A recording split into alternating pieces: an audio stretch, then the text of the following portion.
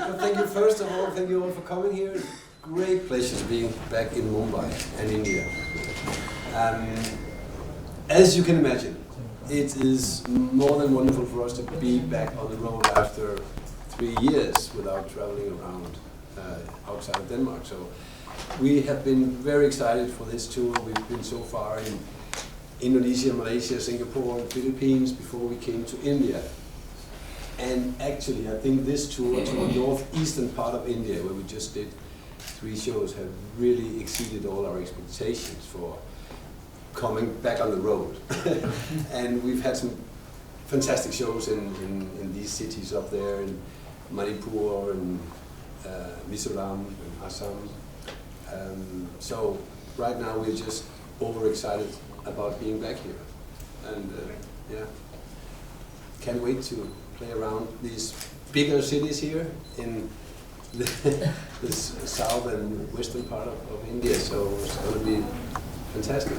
It's also been a while since we were here last time, too long time ago. I don't even remember. 2010, I believe. 2010. 2010? Yeah. I think that is last. Okay, yeah. We have no Bollywood dancers on stage. No. We are just the 4 guys on stage.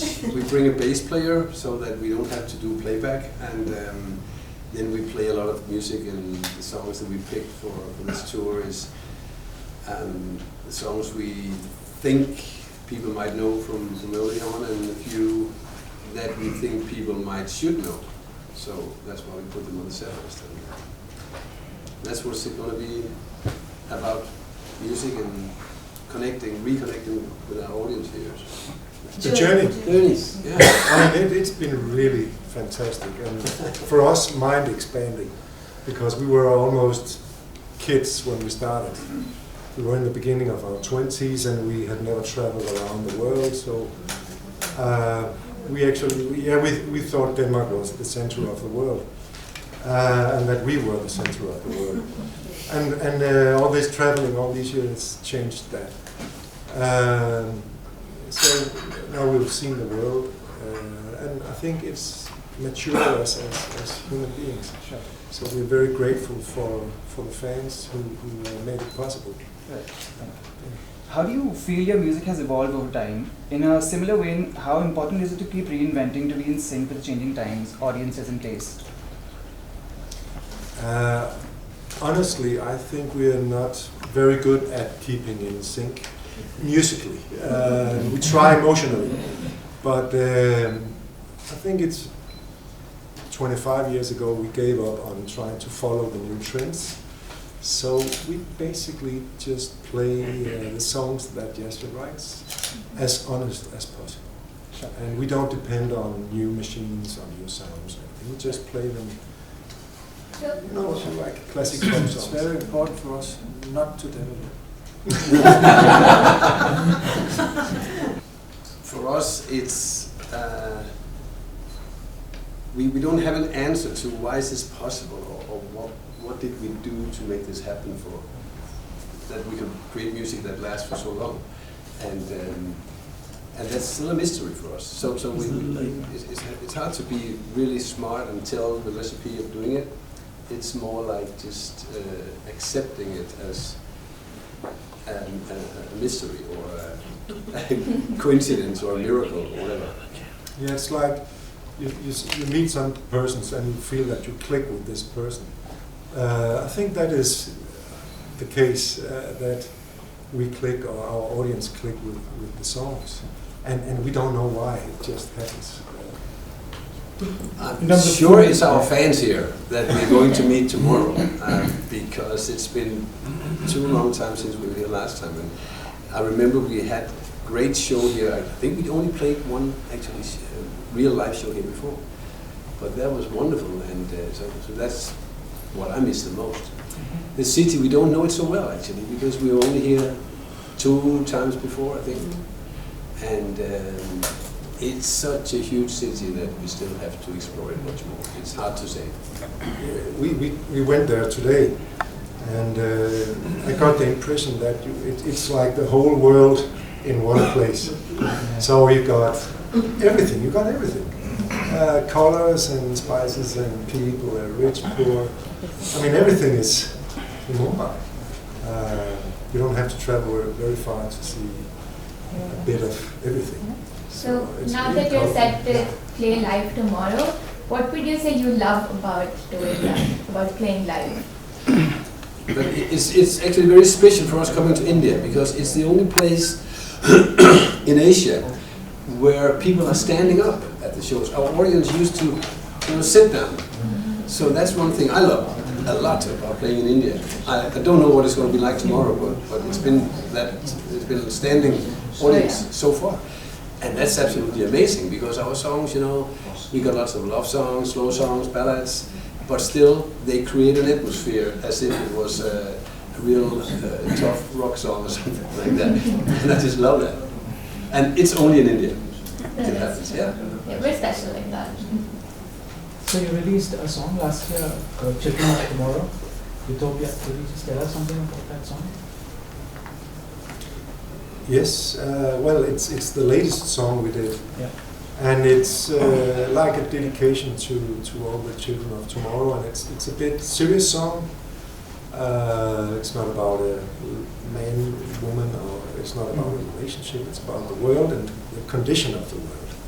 Because like anybody else, we have a concern for the way things are changing pretty fast. So we hope for the best, and we express that in the song.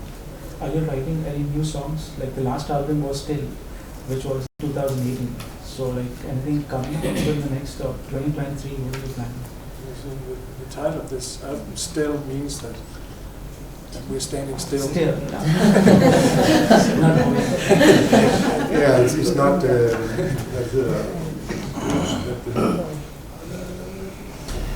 I think we were quite lucky in that sense, because after we only had the band for 3 months, we got a manager, and after another 6 months we had a record deal. So it went so fast in the beginning for us. And then our first single was a big hit. That was a very lucky start of our career. And so we struggled before that a few years, recording the first album.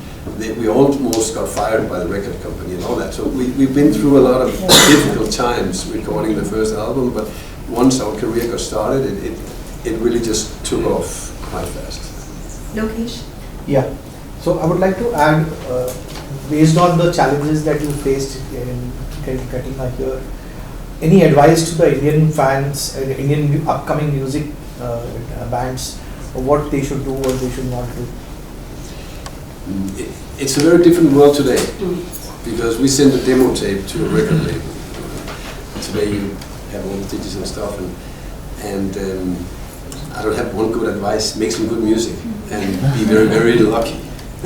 and maybe learn to play. I think because when we started like 𝗂𝗽, we had 2 years of struggling, and we played a lot of concerts for 3 people. Nobody when we played up because we were unknown, but we still played. And I think it takes a lot of work, and it's like being a good carpenter. You have to spend some time getting good at what you do. And I think these days maybe the internet is, it's quite easy to make something that sounds quite decent on a computer. But maybe you don't have 10 or 20 songs in you to do that. So I think it's become easier. So my advice would be just find some music that you really like and spend a lot of time getting good at it. Today there are stars in the social media who are doing very well in the charts. So anything you have in mind for yourself, for your band, to promote yourself? Of course you don't on social media or just in social media? No, we try to be there and have presence online, of course, because it's a great way for us in Denmark to connect with fans in Asia, for example, and all around the world. So we try our best to be there and to interact with people and stuff like that. But it's a very different world for us, and and it's our children think we are very embarrassing when we are online and all that. But we have fun doing it, and we are of course we try to just to go along and to do our best. It's a little bit boring to follow us on social media. Yeah, I hope everyone here is following. We don't post from the fitness center, Yeah. and we don't post our breakfast and stuff. I think we are very boring. So, your music has not just been a music, it's been a journey for a lot of people, you know, right from somebody who's grown up listening to this music to somebody's careers have been a part of your music. I mean, there's something which you've kind of connected with everybody. Your music is not just pure, it's something that that's a memory that you've given many people. So we would like to thank you really for the kind of... Also, yeah, One last thing about that. So an experience when we perform live now, we experience 3 generations actually. Absolutely. At the concerts. It's really amazing. One of Gen Z is out here and he's really excited. He's listened to Sleeping Child. Someday he's a bit shy to tell you this, but then he's really excited about the kind of music. And when I,